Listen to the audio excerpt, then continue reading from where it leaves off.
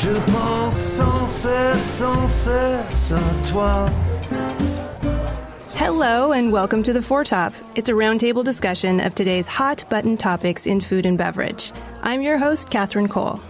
And now for our menu. First, eat your sea vegetables. Second, new in food for 2017. And finally, doing the Hoke Poke. Our esteemed panelists here in the studios of OPB are Peter Meehan, editorial director for Lucky Peach and author of the brand new book, Power Vegetables. Welcome, Peter. Thanks for having me. And Matthew Card, food editor for Christopher Kimball's Milk Street. Hey, Matthew. Hey. And Ivy Manning, author of almost 6 cookbooks these days and contributor to many national food magazines. Hey, Ivy. Hello. And now for our first course. Have you eaten your sea vegetables today? That may be what the mothers of the future will be asking their kids. I'm not talking about that neon green salad you get in cheap sushi places, but rather a whole range of healthful plants that are popping up on menus all over the country. Ivy Manning, I'm going to throw this to you first. Can you tell us about sea vegetables? What are they and where are you seeing them? Yeah, I would love to. I just finished an article for Clean Eating magazine about different ways you can use sea vegetables outside of the sushi window. So not just the nori that's wrapped around sweetened rice and seafood. There's actually about 10,000 types of seaweed out there in the oceans. And there's a good handful of them that you can get in grocery stores. Now they're popping up all over the place, Whole Foods Market, and then, of course, Asian markets as well. There's really good reason to eat it. It's actually not as high in sodium as I originally thought it was. It's packed with vitamins and minerals, calcium, iodine, and there has been some studies done that link it to anti-inflammatory properties, antiviral properties, and even anti-tumor properties. So there is good reason to eat seaweed besides the fact that it's super delicious. Sounds great. Matthew, have you been seeing seaweed cropping up in recipes lately? Yeah, which makes me think that my kids couldn't be any happier about that because they are seaweed junkies. And so we're coming up with a whole new generation of seaweed lovers. I think you see seaweed on the playgrounds as much as you see goldfish these days. Oh, as a snack? Those as a nori. snack. Yeah. The seasoned nori packets are like – all kids are like, oh, yeah, that's great. I don't want whatever food that I thought was cool. When I was a kid, they're like, I want the thing of seaweed, which I never would have eaten or been served as a child. That's true. You see those everywhere. You think about nori, and that definitely, and they eat a huge amount of seaweed. But if you look, for 2,000 years, people have been collecting seaweed anywhere where there's sea. So in Ireland and even in like Wales, for instance, one of the best hangover foods is cockles with seaweed. And that's supposed to help cure your having too many Guinness the night before, or Scotch, as it were. And, you look in Denmark, and there's incredible things being done with seaweed there and cultivating it. And Native American cultures here in the United States and in Canada have collected seaweed and kelp for thousands of years and eaten it. So it's not it definitely is delicious and as in the form of nori, but there's so many other kinds. And I want to give a shout out to our regular panelist, Virginia Guwen, who was just in Iceland and sent us a link to a really wonderful Icelandic YouTube video about seaweed. Maybe we can play a couple seconds of it. The easiest way to use seaweed is maybe just use it dry. For example, you can put it in a butter. That's one way. And you can also just use it as a vegetable. Not that I feel healthy of just eating it, but there is very rich of vitamins, minerals, even irons in it. It's very rich. I think it's totally the future food, actually, a future supplement. I'm absolutely convinced that's going to happen. I love that video so much. It seems like it was filmed by Wes Anderson unintentionally, so it's really great. And listeners, if you want to look it up, it's under the Matis channel, Matis. If you Google that as well as Icelandic seaweed, you will find that lovely video. It's also big in Holland, correct? There's the Dutch weed burger that's making its way, making the rounds. Yeah, tell me about that, Ivy. It's very different than the Colorado weed burger. Yes. It's a nut and seed burger, and I think it has tempeh in it as well. And then they just put wakame on the top. And wakame is a leafy green. It actually means young girl in Japanese because it was young girls that used to go out on the slippery rocks and pick it. It's one of my favorites. It's a deep emerald green, and it's real soft, so it goes great in salads, and you can float it in soup. I'm curious to hear what... Yeah, I mean, I think that there's, like, in terms of sea greens to cook with. I think that kombu is the one that people should have. I mean, I don't know. I mean, I don't think that there's anything, soup, stew, stock that's not improved by a piece of kombu in it. I'll take a scent of dashi to almost all of my food, and it's that secret, umami adder because it's got the it's not MSG. It's probably just, a collection of non-monosodium glutamates, but it has all of the glutamates in there that add that depth of flavor. So I'm kind of a put kombu in everything sort of person. Yeah, and dashi's great because it's so easy. I mean, you really just boil water, insert kombu, which is a kind of kelp, and within like 10 minutes, you've got this delicious umami flavor. It's actually when you buy the kombu, it has a sort of powdery topping on it, and that's the natural glutamates. And the guy that figured out how to make MSG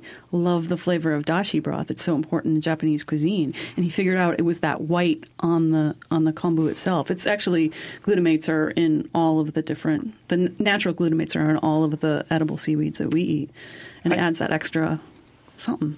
I like to think of it as the veal of the vegetable world because it adds that body and depth to just about anything. The veal stock of just straight vegetable products without boiling the bones of a young animal. No, it's true. It works wonders on most any broth. Yeah, it allows vegetarians to have access to that wonderful umami flavor, doesn't it? But I think that there's a guy named Bren Smith off the coast of New Haven in Connecticut who has Thimble Island Oyster Farm where he's modeling 3D ocean farming, which is a concept he came up with, and it's a very densely ocean farmed area of oysters, clams, scallops, with vertically hanging kombu seaweed growing there.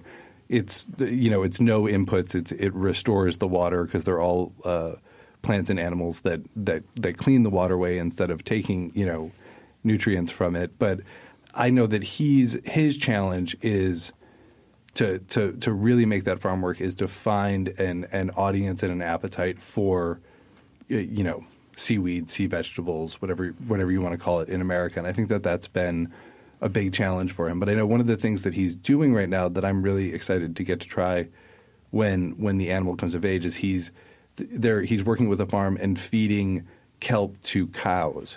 So instead of raising cows on grain, which is incredibly resource intensive and like a destructive, expensive practice, they're raising a group of cows on just seaweed. So it'll be interesting to see what that does to the flavor of the beef. That's a really common practice on the west coast of Ireland as well because there's just not the resources. I mean, there's grass, but they actually believe that the lamb that eats seaweed is actually sort of pre-seasoned. Wow. Isn't that wild? I love that idea. It's in the flesh because they've been eating it all along. That's so the salt-raised lamb of France. Carmagou, yeah. There's speaking environmental terms, I stumbled across something I didn't know, and I have tons of hijiki, which is it almost looks like dried black tea if you look at it when it's still dried. And I love it. It's got kind of a sweetness to it and a real mineral tang, and it's commonly served in Japan, often with edamame and shredded carrot in salads. And I just read that it's actually really high in inorganic arsenic naturally. Not because of the water it's in, but it just is.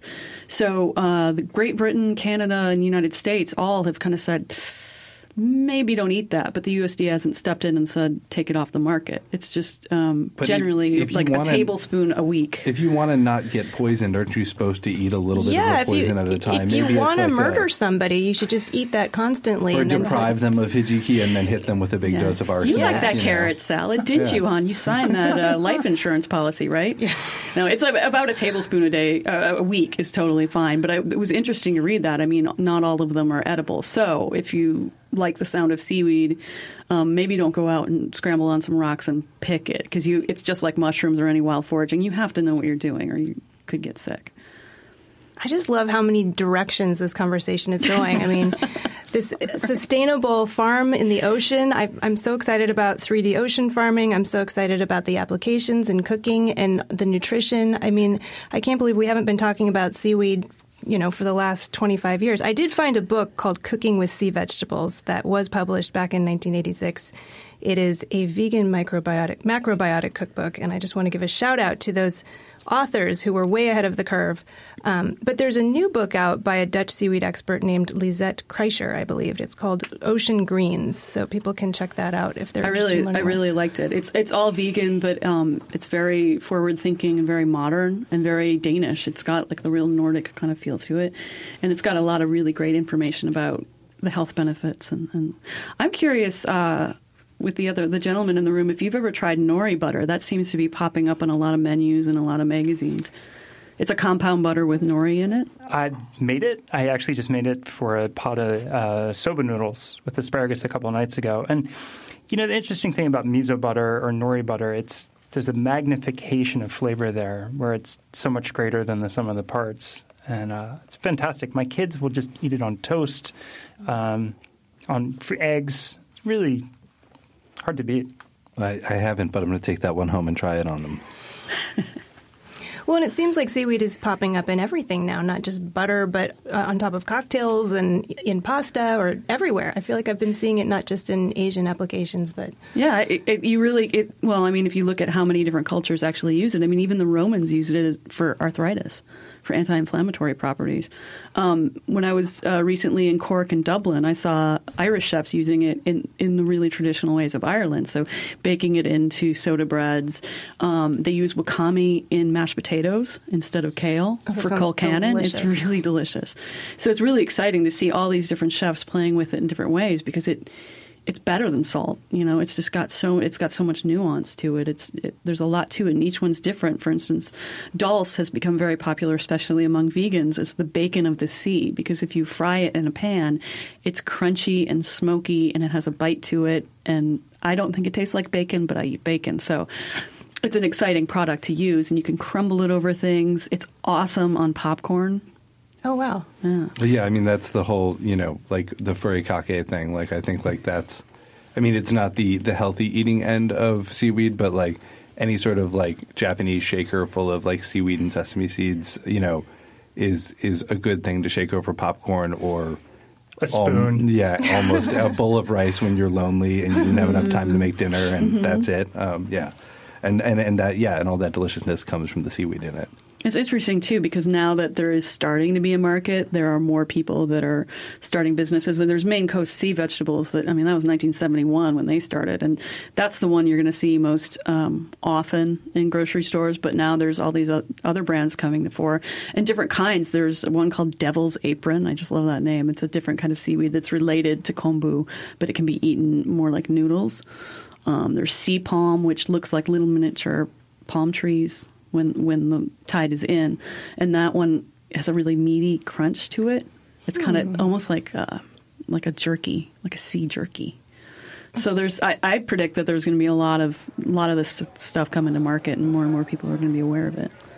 Well, that kind of brings us to our next topic, which is new in food for 2017. So let's start in on our second course. Sea vegetables, it sounds like, will be one big trend in the next year. And power vegetables, right, Peter Meehan? What are power vegetables anyway? And can you tell us what we'll be seeing in the next year? Power vegetables is the title I came up with for a book of vegetables that I just put together because it was the last book we did at Lucky Peach, or that I wrote at Lucky Peach, was 101 Easy Asian Recipes, and it was a lot of things that we cooked at home anyways. And I wanted to put a book together, round out that collection. And because I'm getting older and dying, I'm like, I need to eat more vegetables, so I'm going to do a vegetable cookbook. But I couldn't figure out a non-burlappy, linen-y sort of way. I feel like vegetables are always presented in a way where it's like, this is going to be healthy or good for you. So I tried to go with like a light NASCAR on ayahuasca approach to like presenting a collection of vegetable recipes. And that's why there's like plasma balls on the front. And your font is excellent. Yeah, and lots of sans serif exclamation point fonts everywhere in ridiculous colors. But that was really the conceit. Otherwise, I think it's just a collection of hopefully, strong vegetable dishes that can serve as the center of meals. And I think, vegetables are big and only getting bigger. I mean, I think that, the rising cost of meat pushes it one way. I think people are eating more healthy. I think that there's, cooking vegetables can be more interesting than cooking meat sometimes. You can take them in different directions. So I don't know if that much is as much of a trend as it is a fact of food cost and, seasonal awareness. But as far as trends, I feel like I'm a horrible trend forecaster. But I think the thing we'll see is more chefs moving into fast casual operations and doing middle-of-the-roadish concepts with the idea that they will be able to build a business that can scale, that they can sell, so they can be rich someday. And I predict the future beyond that is that it will not work for most of them. And we discussed fast casual in, I believe, episode 4. So if listeners want to go back and get a definition of that, you'll have to go listen to that episode. I would support what Peter just said. I've been on the road for the past 5 weeks for the magazine. I think the best meal I had in that entire time that wasn't a hangover cure was possibly lunch at Rick Bayless's Choco in Chicago. It was fast. It was delicious. It was fresh. There's people actually cooking there, and the food was exceptionally good. And I think it cost me $20 for lunch. I mean, the churros there are incredible.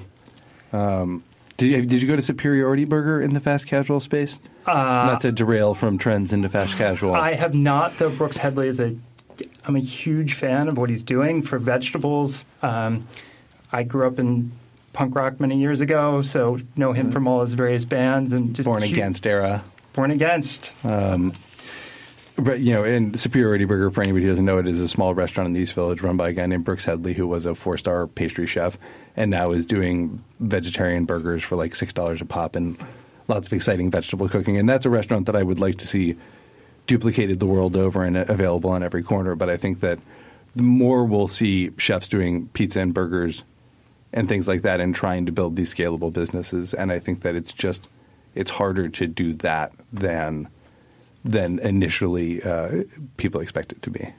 Matthew, with Milk Street, you have been exploring so many different cultures. Is there an ingredient that you've seen over the past few months in your explorations of the world of food that you think might be more prevalent in the United States in the next year? I think tahini. I think there's more brands coming out that are far fresher, better flavors. It's an ingredient I don't think Americans necessarily get the hang of, and that it can be used from everything from sweet to savory to dressings to we have an upcoming tahini brownie that is pretty mind-blowing. But I think that's an ingredient that's really going to be coming out in the next year. I mean, you have chefs like Ottolini who have really popularized Middle Eastern ingredients.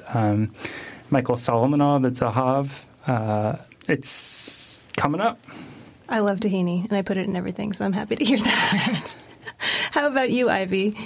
I'm interested in functional food. I think that's just going to keep growing as people are interested in becoming healthier and eating healthier. So turmeric is already kind of on the map, and people are drinking golden turmeric milk and stuff. And I think eventually that's going to find its way into a milkshake at Jack in the Box. It's just a matter of time.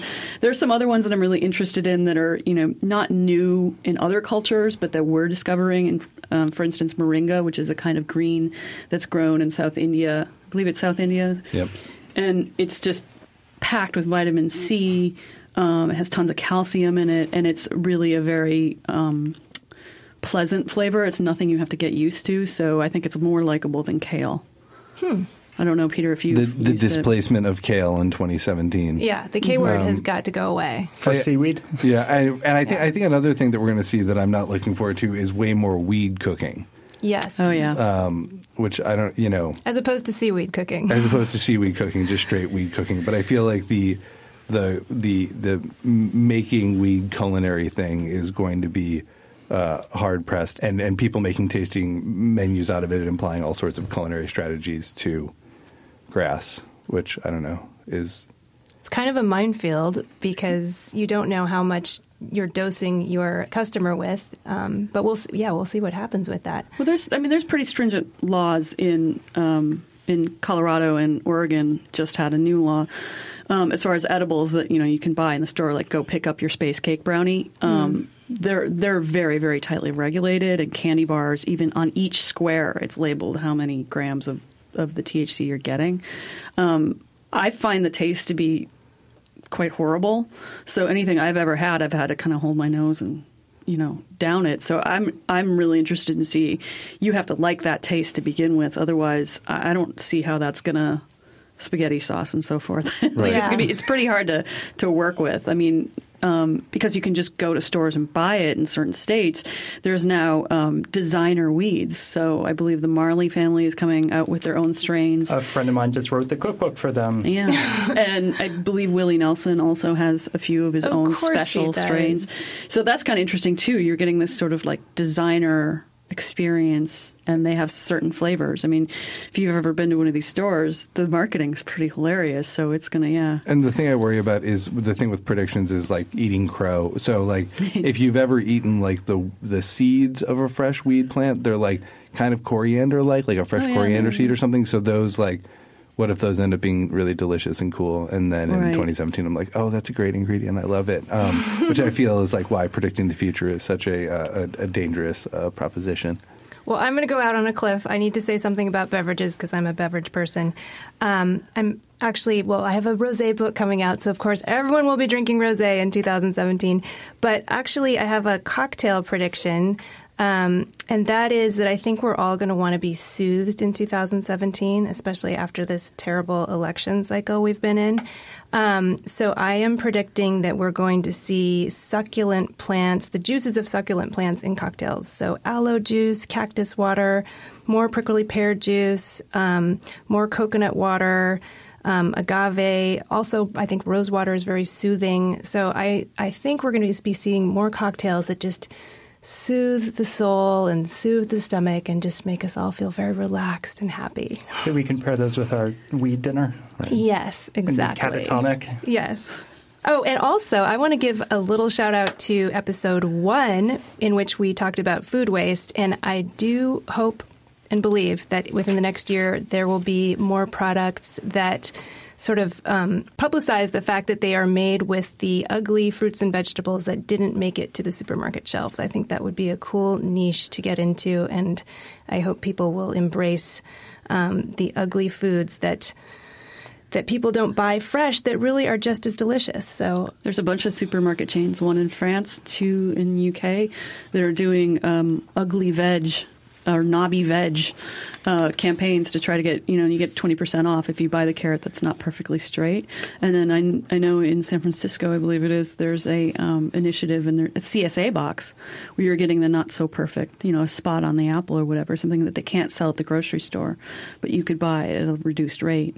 I love that. So isn't the creator of Trader Joe's, hasn't he started a market with I believe second quality produce? I think it's called Trader Joe's. Oh.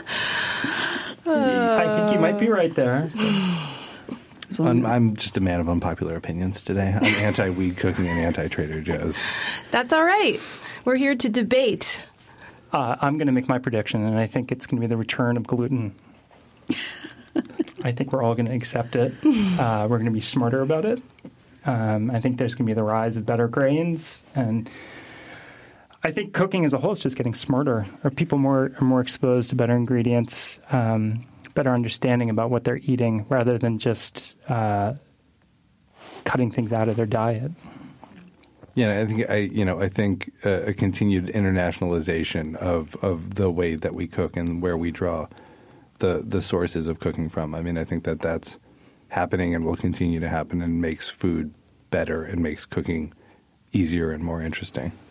I think more and more people are also buying products from Amazon. It's easy enough to buy your groceries from Amazon. That's what I was saying. Like, you no longer have an excuse like, oh, I couldn't get that product. It's like you could get a drone and a bunch of seaweed here tomorrow or today if you live in certain urban areas. So the lack of access is no longer an excuse. That's an exciting thing for cookbook authors like myself, too, because, books like Naomi Duguid just came out with a book on Persia. And right before that, she came out with a book on Burma. And, the Filipino food's having a moment or is about to. Indonesian, Malaysian, all these things that was like, well, I can't get that dried shrimp paste, so I can't make the dish. You're totally right, Matthew. It's Amazon's making all of that possible, or delivery services in general making that possible, and we can sort of travel without leaving our kitchen, which is really exciting. With the Echo now, you can ask Alexa for your container of za'atar, and it'll be there the next day. Wow. All right. Well, on that note, who would like to go to Hawaii right now? I would. Yes, please.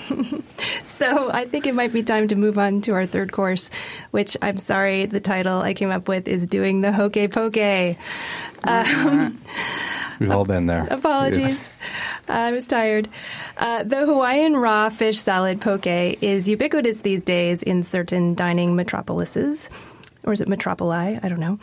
But what is poke and what differentiates it from sashimi, ceviche, or crudo? Matthew Card, can you define poke for us and maybe take a stab as to why it's suddenly appearing everywhere? Why it's as common as a Mission-style burrito these days in some cities? Well, it's near and dear to my heart. I absolutely love it in any way, shape, or form. Poke can be made from a variety of fish. It's usually ahi, or yellowtail tuna, can be octopus, can be aku, amberjack. Not sure what kind of fish an amberjack is, but can be sometimes cooked fish. You can get a smoked marlin poke on some of the islands, but it's always combined with soy, onions, sweet onion or a scallion, crushed candle nut, which makes it rich and a little hard to explain the candle nut quality to it. Seaweed, back to the seaweed, sesame oil, sometimes chili. And it's, as opposed to ceviche, it's free of acid other than what the onion provides. So I find it a little more balanced than most ceviche, and it's I like the meatiness of the fish, and I feel it's more democratic than sashimi or ceviche. I think anybody can find some love for poke, and it's more casual to me too. It's the kind of thing where maybe it is thinking about Hawaii, thinking about your feet in the sand, where food always tastes best. But you can always grab a bowl of poke and 2 scoops of rice and have a meal. Well, getting back to the fast casual theme you were discussing earlier, Peter, aren't there poke places all over New York now where you kind of build your own bowl? Isn't that? New York is littered with poke restaurants at the moment. There's one that opened around the corner from us, which is it's fast casual. There's 7 set menu options. It's not a build your own bowl situation, but it is also like $20 for a bowl of poke and a drink there, which is a lot for lunch.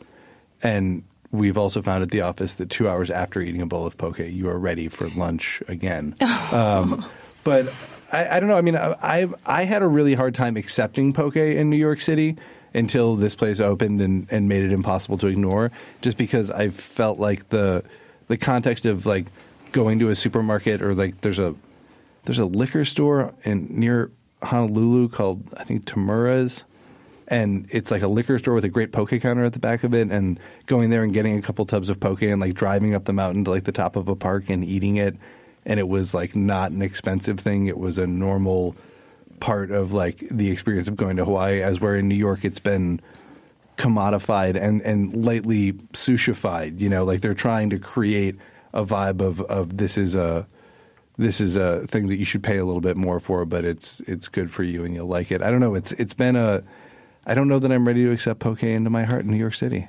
I am not. To me, it's very much a food of a place, and I want to keep it a food of a place. And you're not going to get the same quality ahi that you're going to get in Kauai. Right. So I don't know. But at the same time, it is, as you know, I mean, you did a great job of explaining what it is and what's in it, and it is like all of the flavors that, like, in the general Pan-Asian, you know, American accepted flavor spectrum, they're all represented there in very friendly and acceptable ways. So, I mean, I think it is a thing with wide appeal. I think that long term, the viability of poke as an ongoing trend is probably tied to the availability of like premium quality, like large swimming fish, which is, you know, there's only so many of those fish that you can pull out of the ocean before you get to the point of they're going to be too expensive to serve for a fast casual lunch place. But again, I feel like I'm really going negative on everything today. Well, you have to consider, too, that, I mean, if you look at the global stocks of tuna and large apex fish, they're not good. Right. So if, this becomes as as prevalent as, say, McDonald's or something, it can't happen. Like, this is going to be hopefully a flash in the pan, I mean, for the tuna's sake, because stocks aren't good. And then there's also the concern of mercury as well. I mean, it's an apex predator, so there's that. I mean, this is I think it should be kept, as Matthew was saying, sort of like an occasional treat. This shouldn't be a once-a-week thing. I think it's being maybe misrepresented a little bit in this sort of it's a trend. I want to Instagram it once a week. It's like high protein, low fat. Right, that's great. A little bit of sea vegetables with it, and so it seems like a good thing to eat all the time. And it sounds so healthy. I had a 12-year-old in my car yesterday who used the term vegetarian. Wow! And I loved that. And I want to hire that 12-year-old. Yeah, so many of us are vegetarians nowadays, trying to just eat veggies and fish, and it just sounds like the wonder food, the superfood, but I guess it's not. Well, and there's also concern you're eating raw fish. So, I mean, almost all poke, I'd imagine, the fish that you're getting has been frozen to safe levels, below 4 degrees Fahrenheit, I believe it is, for 7 days, hopefully. But, you can get poke at a 7-Eleven in You can't knock the 7-Elevens of Hawaii, though. Oh, no, I know. However, you do have to be careful and consider where you're buying your raw fish. Yeah. And not maybe keep it in the car in the trunk for half a day and then eat it. It's like going to those really cheap sushi restaurants. You get a little nervous. Yeah, it's a little soul crushing sometimes. What about you, Matthew? We just really went dark on poke. I mean, I thought we were promised a trip to Hawaii. I have a very romantic notion of poke, having spent a fair amount of time on Kauai, and to me, it really is as I said, a food of a place. Like, I want to have a 6-pack of beer and my feet in the sand and about 8 different varieties of poke and watch the sunset on the beach. And to me, and I want to know that the fish is fresh. And if you've been to Hawaii, you can buy slabs of ahi for, I think, $5 or $6 in the supermarket, and it's lovely and it's fresh and it doesn't feel like it's been air freighted across the country. And it feels right and appropriate. And I think some foods really deserve to be of a place and remain of a place. Just because you can doesn't mean you should. You said 6 different varieties. Are you talking different fish or different flavorings? Well, different fish and different flavorings. You can get octopus, or the smoked marlin it's a cooked fish, but you get this really chewy, fantastic quality to it with contrast with the onions and the chili heat. And that might actually be one of my favorites. So it might be interesting to see if some of these chains move into broader notions of what poke is. I've seen wild salmon poke here. Yeah, the place around the corner from us is run by, I believe, a Korean guy. So there's like hirame with gochujang.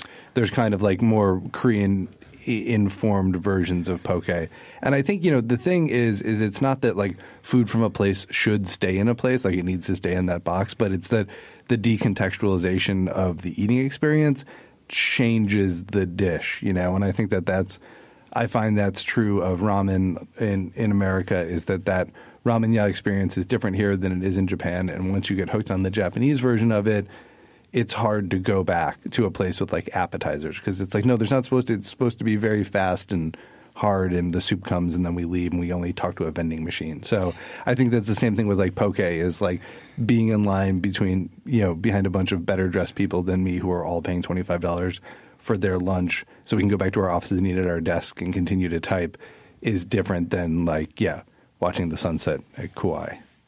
Well, it's also a very democratic food in Hawaii. And what you've said is a very good point, that it is a $20 lunch for a very small meal. And that's not the case. And it's a shame to see it up-leveled. So I like what you're saying. And this is a universal issue with food, and I know it's true with wine too. People will say, I loved this wine when I was in Italy, and it just doesn't taste the same here.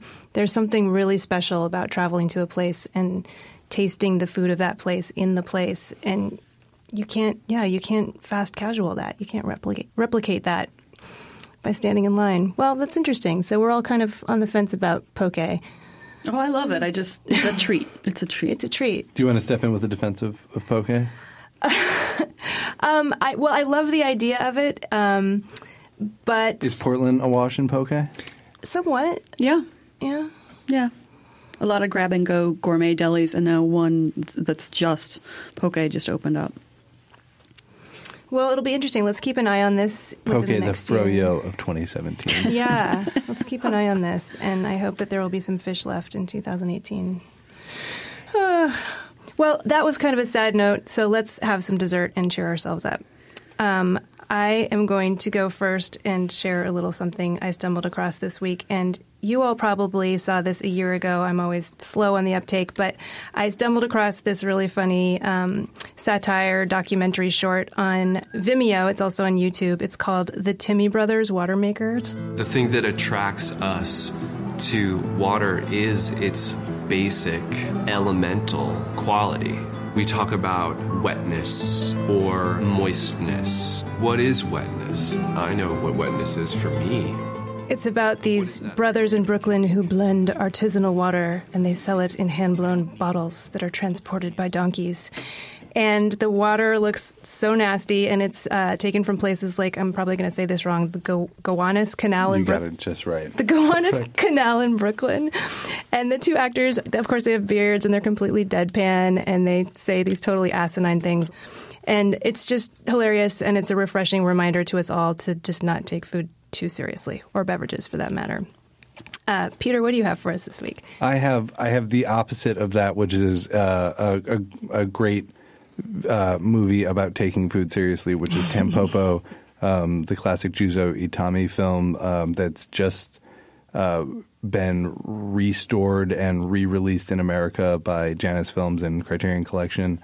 And it was the film, I remember watching it in the late 90s, like renting it on a VHS, and then it kind of disappeared and it wasn't on any of the streaming services, and you could watch like bootleg clips on YouTube. But it is a ramen Western. It's like a Western set in Japan, set in a ramen shop, and there's a great love story. There's like poorly choreographed action scenes on purpose. There's like a lot of hilarious food eroticism in it, and there's this pursuit of the perfect bowl of ramen. And 20 years ago, it started my thinking about trying to understand food that I didn't understand, because I was watching this movie and I'd never eaten ramen at that point.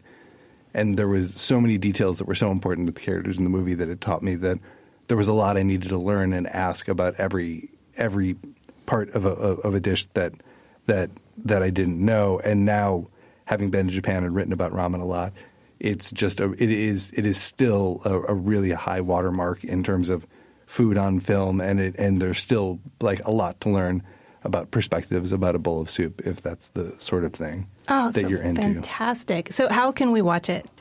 It's going to be, I mean, they're doing theatrical releases, so it'll be in movie theaters around the country. I don't know how long it'll be playing or where it'll be going. I'm sure like your local art house cinema is probably the joint to check out. And then they're going to have it on streaming services, I think, by this time. Matthew, what do you got? A new piece of equipment. I'm a knife nut and have way too many thousands of dollars worth of knives. And my new toy is a cheap Chinese veggie cleaver, which is a blast to learn how to use. My boss kept trying to convince me that Fuchsia Dunlap, the cookbook author, showed him how to do it, and it couldn't be easier. And it actually is a blast to use, and it's making me think differently about how I work and cook. And I think as a food writer, it's great to be pushed out of your comfort zone and think broader about it. And how do you use it? Give me an example. Well, it's a huge slab of steel. If you're used to using a Western-style knife, it's just a very different way of thinking about not cutting yourself or that's what I do. Working your way around vegetables. And theoretically, it's a good bit safer despite this great expanse of sharp steel. And it's fun to learn. Yeah, there's a real pleasure in like finally chopping something up and then using that like a plank to transfer it into your like. There's once you get the rhythm of cooking with a cleaver like that, I don't know. I find it. Yeah, then you start to get into the phase where you're like, I'm only going to use a cleaver, man. This is like the only knife I need, and then eventually goes back. And then you look at the rack of the neglected knives. Right. Try something else. I really think it's fun working with different types of knives and working on those basic skill sets that I think most home cooks don't think enough about and find pleasure in. I think most home cooks actually find great displeasure in the actual prep work of their dinner. And there's a zen space there, I think. And you can find them online, Chef's Knives to Go, or even Amazon. The Wok Shop in San Francisco is another great source for them. I mean, it won't cost you more than $50. How about you, Ivy? Well, earlier in the fall, we went out to Hood River and to a little agriculture drive you can do called the Fruit Loop. And a lot of that area is pears and apples. And this is on the Columbia River Gorge between Oregon and Washington. In the Hood River Valley. And you go from orchard to orchard buying different apples, and they grow a lot of different kinds of heirloom apples. And I buy a lot because I have a little makeshift root cellar in my garage. And I bought these really interesting looking apples called Arkansas Blacks. And they're this vivid purple black color, perfectly round. They're actually related to wine saps. Took them home, ate one right away, and it was hard as a rock and didn't really taste like much. It was kind of like, oh, I've got a lot of these. I figured I'll make them into a pie or something, put them in the root cellar, came back about 2-3 months later, bit into one just to, I don't know, out of anger or something, like I had been duped. And it was so vividly vanilla custard, creme brulee, honey that I had to like sit down on a rock in my backyard and just like close my eyes and taste it because it was such a beautiful flavor.